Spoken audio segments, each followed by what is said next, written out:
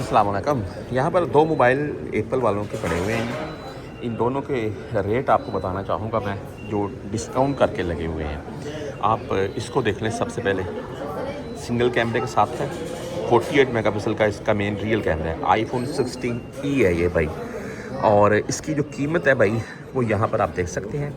IPhone 16e 128 GB, 256 GB, 512 GB, 3 storage में available है। 128 GB वाला लेंगे भाई तो आपको मिल जाएगा ये तकरीबन 2400 रियाल का। 256 में लेंगे 2800 रियाल का मिल जाएगा, 2900 रियाल का। और 512 में लेंगे तो आपको 3800 का मिल जाएगा ये आईफोन 16e।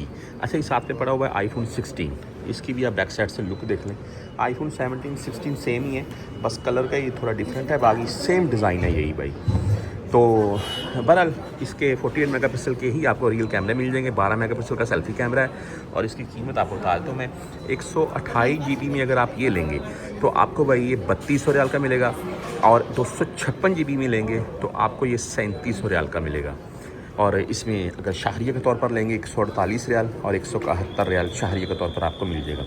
तो ये कुछ आईफोन के दो मॉडल थे जिनके रेट मैंने आपको बताए हैं। बाकी 17 सीरीज़ इनकी वीडियो में लगा चुका हूँ आपके साथ में।